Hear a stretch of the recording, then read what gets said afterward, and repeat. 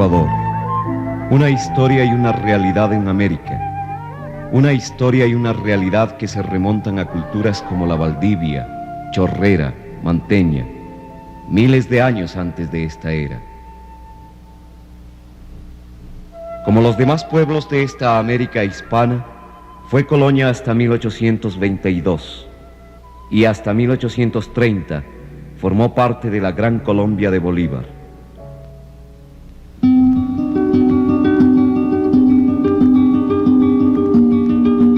Su vida republicana, azarosa y conflictiva, llegó a un momento culminante con la Revolución Liberal de 1895. Eloy Alfaro fue el caudillo y propugnó transformaciones políticas, sociales y culturales que en algunos casos se reflejaron en sustanciales reformas, posteriormente aprovechadas por los grupos agroexportadores para afirmarse como clase. Al retratismo y paisajismo de carácter bucólico y academicista de finales y principios de siglo, sucedió en los años 20 una pintura en la que, con Camilo Egas como iniciador, el indio pasa a ser sujeto y no objeto en la obra de arte, dejando de ser forma meramente decorativa.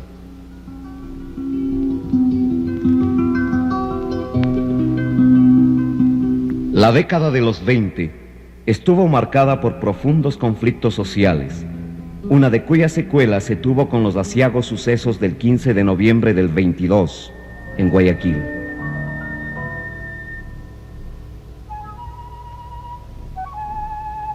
En estas circunstancias, la pintura de Egas se vuelca a un expresionismo, secundado fundamentalmente por Pedro León.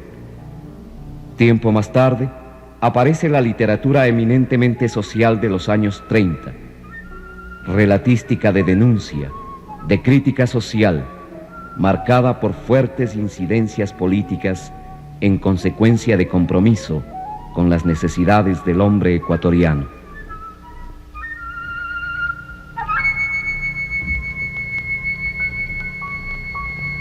Los años 40 verán desarrollarse a la primera gran corriente de nuestra plástica, el expresionismo, con sus dos vertientes, la indigenista y la social. A Egas, ya entonces en los Estados Unidos, sucederán Diógenes Paredes, Galo Galesio, Eduardo Kingman y Osvaldo Guayasamín.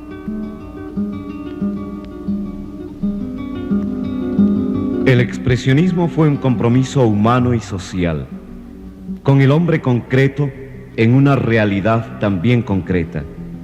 Fue también una abierta crítica al sistema vigente, protesta y al mismo tiempo solidaridad con los explotados.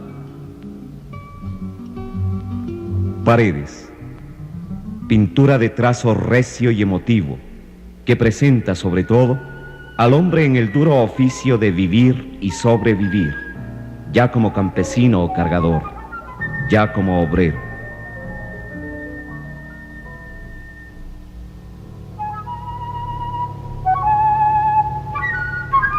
Galesio, una voz no exenta de matices épicos, expositor de costumbres e individualidades de costa y sierra en sus grabados, dibujos y algunos murales, que de un primer realismo va a una síntesis de línea y color, de igual resiedumbre y con parecidos contenidos.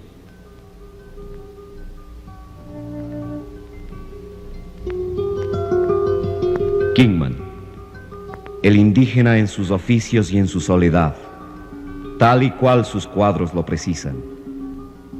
Sus colores vivos y contrastantes, así como el dibujo escueto pero de trazo firme, siguen siendo sus características esenciales.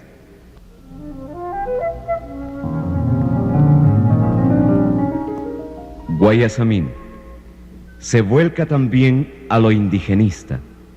El ciclo de Camino del Llanto resume una cosmovisión de lo humano y lo físico, referida a realidades concretas, a través de un dibujo de firme línea compositiva, que después del 50 variará hacia las formas estilizadas y ampliará sus contenidos, tal como se observa en la serie de la edad de la ira.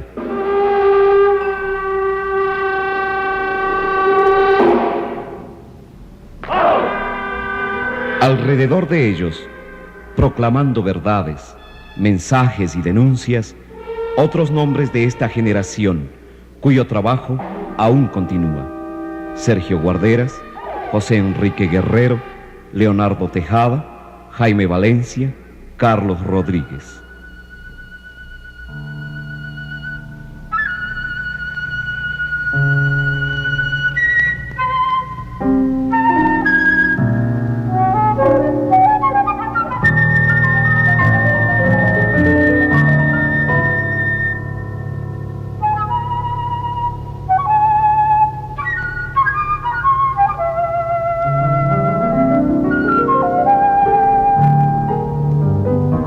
Una aguda crisis económica, política y social caracterizó a la década de los 60, con la secuela de una dictadura y graves desórdenes en las ciudades. La revolución cubana influyó, a su vez, en la visión política y cultural, sobre todo en lo literario. Sin embargo, a la dominante expresionista va a seguir la etapa de los ismos, verdadera insurgencia, auténtica irrupción de ideas y logros que abarcarán los últimos 25 años, bajo notorios imperativos de independizar la tarea plástica de influencias de otra naturaleza, que separaban el arte ecuatoriano de los otros artes latinoamericanos.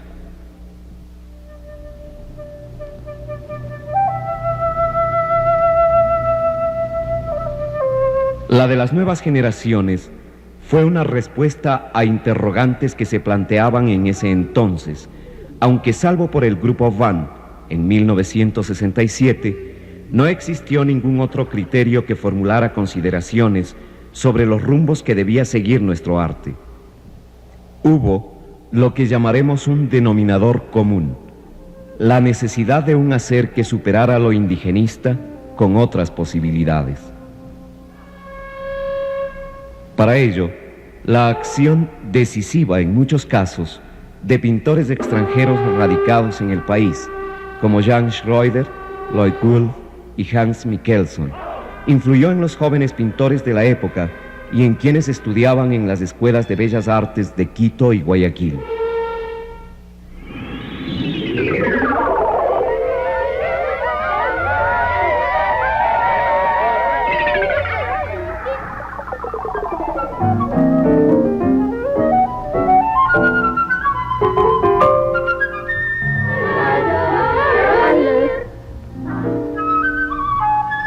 En 1955, Araceli Gilbert expuso en Quito, y su abstracción de ya marcada formulación geométrica señaló una viva sensibilidad que funcionaba básicamente en el tratamiento de espacio y color. Más adelante, Araceli definió aún más su geometría de lo concreto, dentro de un rigor de trabajo con una obra de indudable personalidad.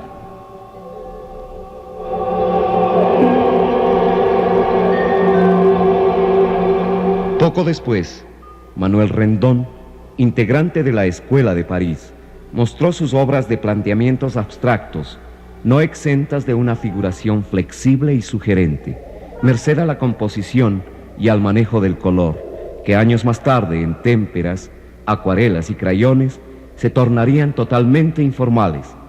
Evolucionó después hacia formas leves y casi etéreas, donde el sentido de lo metafísico es un valor dentro de lo plástico, cerrando así un extenso ciclo de su arte.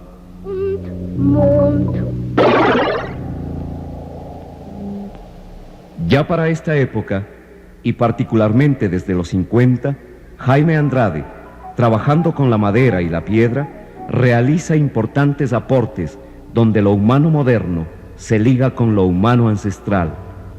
Así como sus murales abandonan paulatinamente lo narrativo para incidir en una especie de reflexión sobre lo artístico.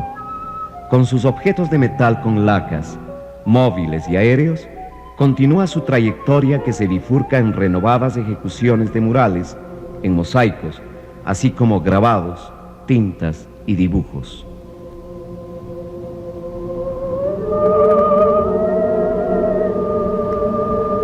La década de los 50 vio aparecer también el informalismo de Enrique Tábara y Aníbal Villasís, que fuera calificado de precolombinista. Este informalismo, en Tábara, fue signográfico, universo de signos donde lo mágico y lo ritual se conjugan en formas de viva imagen plástica, a la que el color con tonos no siempre contrastantes, esencialmente tropicales, contribuye a volver las visiones de un pasado mítico, ricas en estructuras rítmicas. Para finales de los 60, Tábara sorprende con un cambio. Refleja una nueva imagen de carácter morfológico.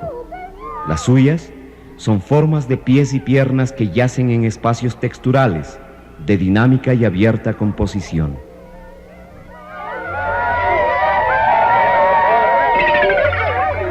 Un informalismo más animista se dio en Villasís, con la inclusión de dorados y plateados que actúan, con rojos, naranjas y verdes, sobre materias texturales de gran fuerza visual, que reflejan a la vez un pasado aborigen.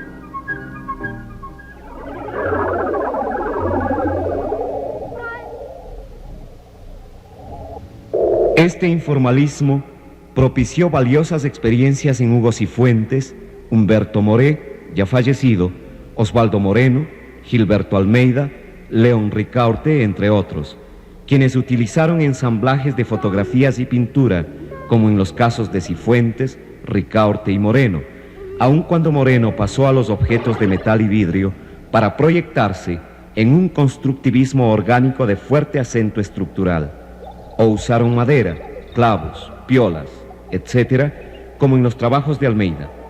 Moré aplicó su teoría de la signología funcional en su obra pictórica y escultórica.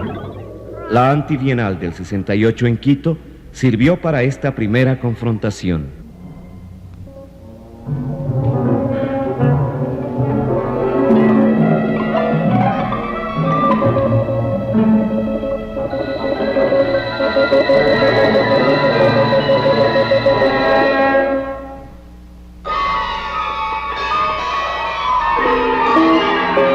Ya para entonces, el dibujo de fuerte trazo de Osvaldo Viteri había dado paso a una obra de completa abstracción que se afirma con la inclusión de muñecas de trapo, incorporadas a superficies casi planas y que reflejan una dimensionalidad telúrica, mientras hoy se inclina por la figuración.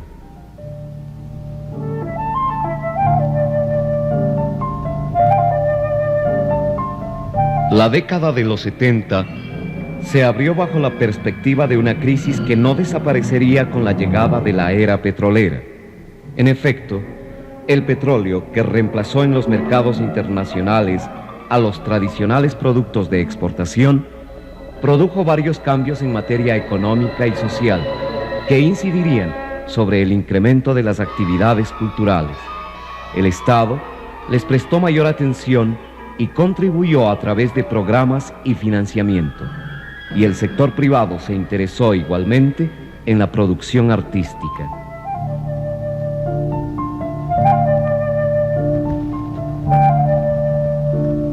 Se afianzan tendencias como la constructivista con Luis Molinari, cuya concepción radica en la aplicación de valores del orden de lo concreto, donde el color y el tratamiento estructural fundamentan su obra.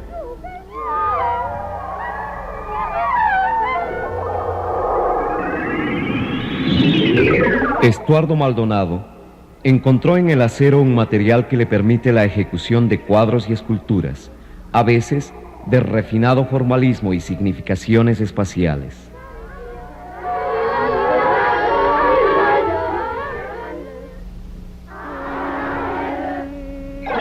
Mauricio Bueno, abandonando sus experiencias de corte tecnológico y conceptual, se concentra en los análisis de perspectiva con sus cuadros objetos.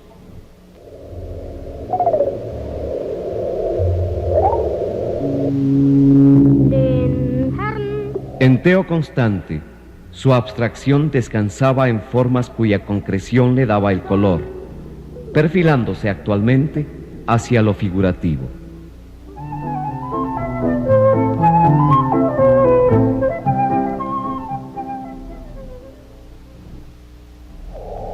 En Mariela de Manrique, la abstracción está dada por la dominante informal de la materia.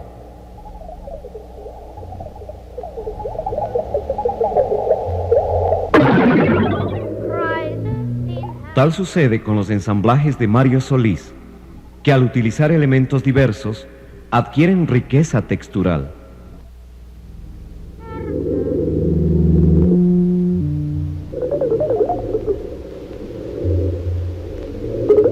Los trabajos en cobre de Edgar Carrasco poseen libertad y carácter.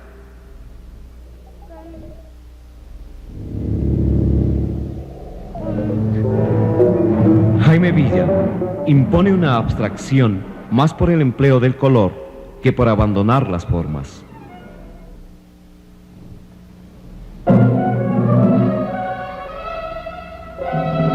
Con Olga Dueñas, el geometrismo espacial es de naturaleza anímica.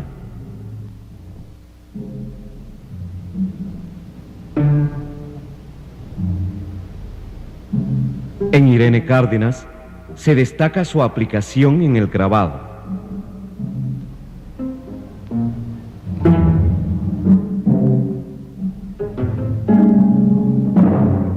En Gitti Newman domina la abstracción de las manchas.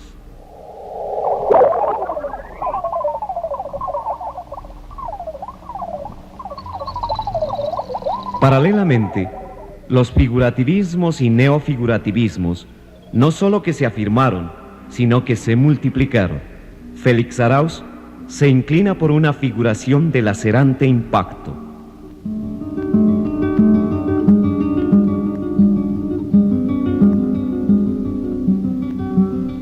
Juan Villafuerte, ya fallecido, desembocó en un dibujo barroco, con los intermedios de un retratismo de lo psicológico.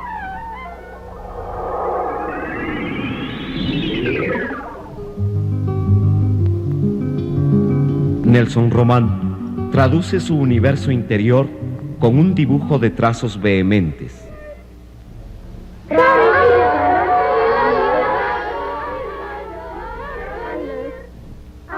En Nicolás Svistonov, su proceso se afirma en dos aspectos: el mundo de las construcciones urbanas y, más recientemente, la dinámica de las formas en dramático enfrentamiento.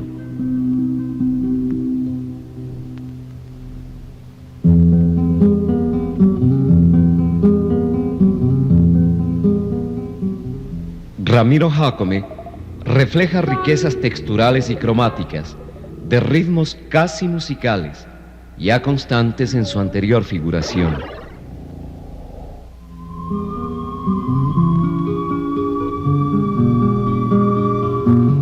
José Carreño se afirma en una visión del dibujo no exenta de ternuras y durezas, a la que el color dota de personal sensualidad.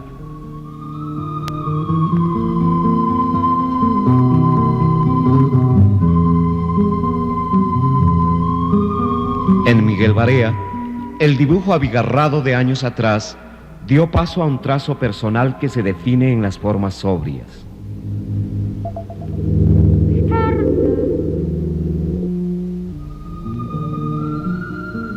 Destaca en Pilar Bustos la línea depurada de su dibujo.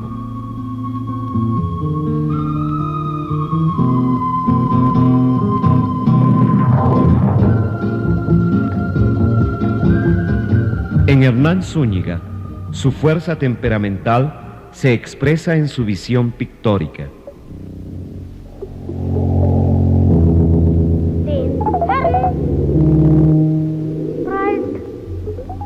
Carlos Viver muestra sutilezas y humor en el tratamiento de sus temas.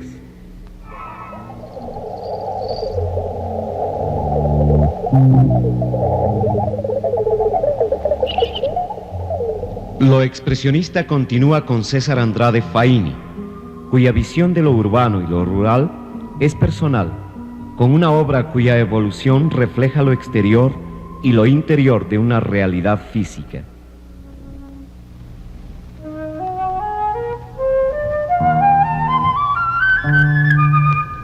Guillermo Muriel expresa la constancia de una imagen de lo social circundante.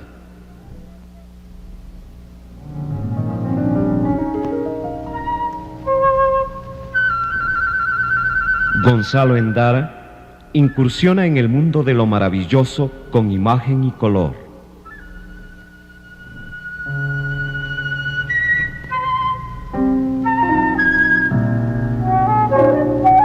Hamilton Barragán, sus trabajos en metal lo señalan con inclinación por las formas dinámicas y estilizadas, animadas de fuerte expresividad.